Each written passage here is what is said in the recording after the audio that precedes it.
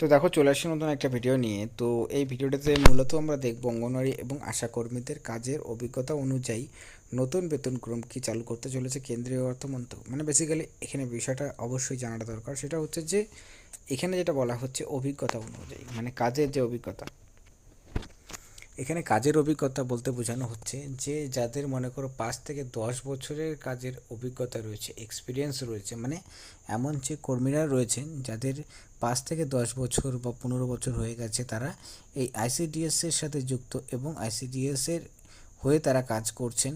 তো সেই সমস্ত কর্মীদের জন্য কিন্তু এটা বড়সড় গুড নিউজ। কেন্দ্রীয় সরকারের দ্বারা অবশ্যই 2024-এর মধ্যেই আসার সম্ভাবনা রয়েছে।